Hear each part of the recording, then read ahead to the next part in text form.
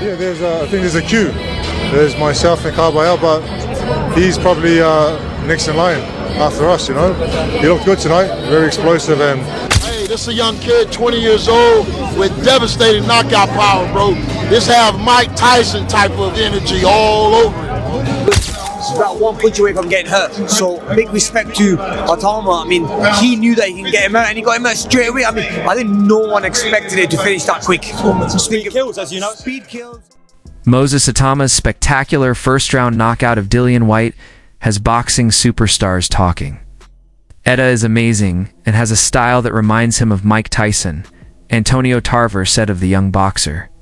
He displayed wisdom beyond his years and deadly knockout power. Many people think that Itauma's victory has established him as a heavyweight boxing rising star, demonstrating his skill and presence to rule the division going forward. Yeah, he's going to give these tough guys, he's going to give these veterans a hell of a time, bro. He's poised, he's patient, and he got that knockout power. He know how to set it up. It's going to be a nightmare to get rid of this guy, man. There's been so much talk of Moses Itauma. His talent, we've said how talented he really is. Now he's doing on the big stage, the main event. That's another level now, isn't it? Well, we know Dillian Whyte came in here, being knocked out a couple times, wanted to see could he land a punch on this young kid, but he didn't have a chance tonight. He got mowed over, and this is a big win for a young guy. But he got to continue to fight credible opponents, and he got to get tested.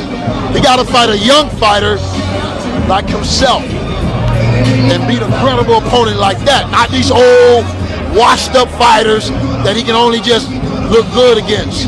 He got to get tested too to see if he's the real deal. Now talk to me about Dillian. Obviously we can see the work that you put in. Such a brilliant servant to the sport, isn't it? Say it again, I'm sorry.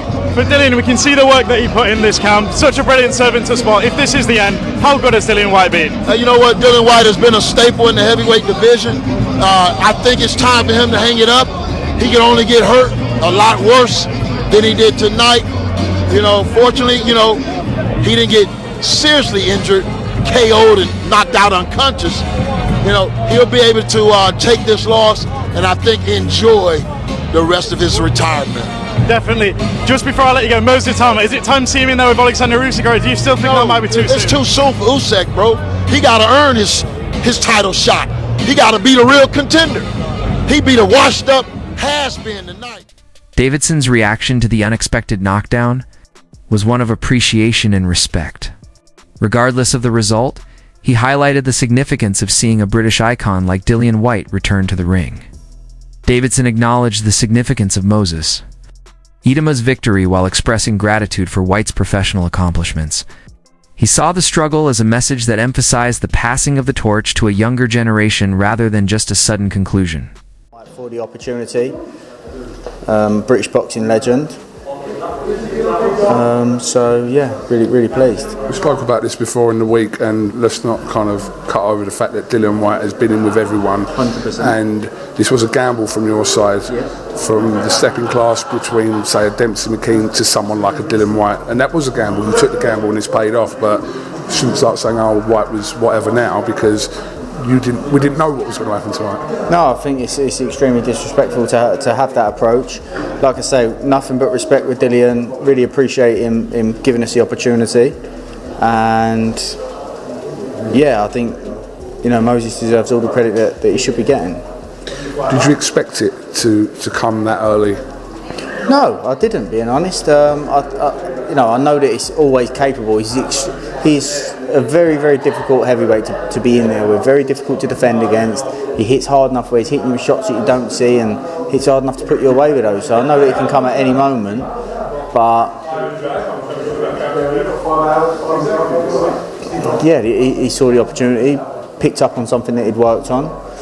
Big shout out to Lee Wiley as well. Puts a lot of time in, a lot of effort in, and fantastic in putting together a scouting report and picking up on Dillian's tendencies for us to go away and put together some drills and rep that with Moses, and yeah, it all paid off. Everyone's work paid off. Tyson. Fury praised Moses Itauma's stunning win over Dillian Whyte, calling him the future of boxing, and reaffirming his long-held belief in Itauma's talent. Fury's recognition added major weight to the victory, showing that Itauma's performance was respected at the sport's highest level. Veteran promoter Frank Warren echoed the sentiment, describing the bout as incredible and a brutal display. Warren highlighted Itauma's speed, power, and ability to rise to the occasion under pressure, especially against a seasoned and respected fighter like Whyte. The fight's short duration underscored Itauma's explosive style and lethal finishing ability, showcasing exactly what fans and promoters look for in a rising star.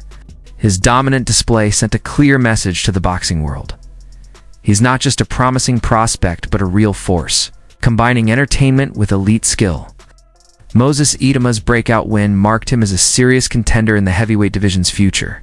Certainly don't, and there weren't any overtime.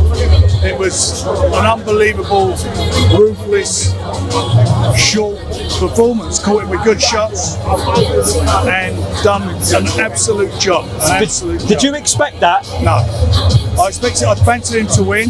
I thought he'd stop him, but I didn't think it would be like that. Frank Hrgovic next? Don't know yet, we'll see what happens. No rush today. We've got a load of options and we'll consider what we're going to do. How do you match this guy now? We'll match him.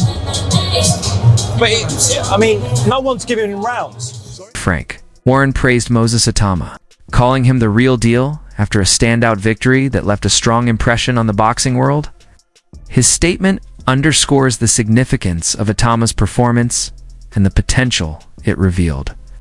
Analyst Adeo highlighted the remarkable nature of Itauma's success at such a young age, noting that his youth gives him time to develop further and potentially dominate the sport for years. Defeating a seasoned fighter like Whyte so convincingly marks Itauma as an extraordinary prospect with rare talent. Oladipo added that the next 2 to 3 years will be crucial in shaping Itauma's legacy. He emphasized that Itauma already shows the skill, discipline, and fearlessness many fighters take years to develop. These traits suggest that Itauma's journey is just beginning, and with his potential, he could rise to the top of the sport and stay there for a long time. Was clearly done, and we'll get to whether or not Dillian Whyte is done. So there are going to be some that say, look, okay, what's Dillian Whyte done in the last couple of years? And these things are true, and I spoke about those things as well, but I don't want to change what the narrative was or what the narrative has been in the last couple of days. With everyone seeing the way Dillian Whyte looked and the way Dillian Whyte was speaking, I think a lot of people are like, well, 1 second, something might happen here. Let's remember that, because something did happen. Moses Itauma was just a steam train. Honestly, this guy, for 20 years of age, 20. Remember, all these heavyweights that you're seeing right now that are in their peak, are in their mid to late 30s, and most of them became world level operators in their mid to late 20s. He's doing it as a baby. This guy is 20 years and 7 months. And, you know, I've been like around Andy Lee for the last couple of days, and it's been so good being around Andy, because Andy has told me stories of watching Moses spar Joseph Parker. And even Andy's been waxing lyrical about him. And he doesn't have to, right? This is off camera, this isn't on camera, these are private conversations. And he's like, this dude is good. Because there's been a lot of talk about if this was to go and turn into a dogfight, maybe Dillian Whyte would have the advantage. And I think I said this as well, to be fair. And Andy kind of shut that down straight away, said no. Like, I've seen this guy in a dogfight. So maybe he's talking about the spars with Joseph Parker. But I'm just so excited about what this kid can be in the next 2 or 3 years. I am.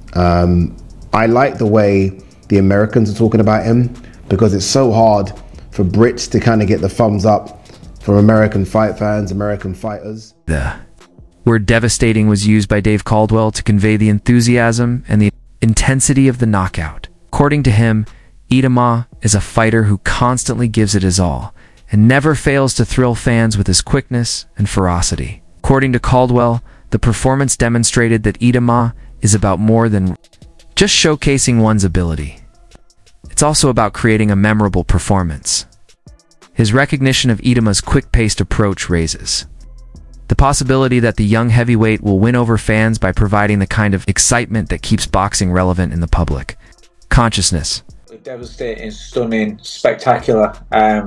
You can throw all the words you want at it. It was it was brutal. And this is what I feared going in. I don't like. I'm a bit. You know, when fighters give their all to the career, and you watch them throughout the years, having wars and giving everything, like Dillian Whyte against Chisora. You saw the action with the AJ fight. You look at him throughout all his career. He always goes out there, gives everything, has a tear up. He's exciting. He's a big character, big personality.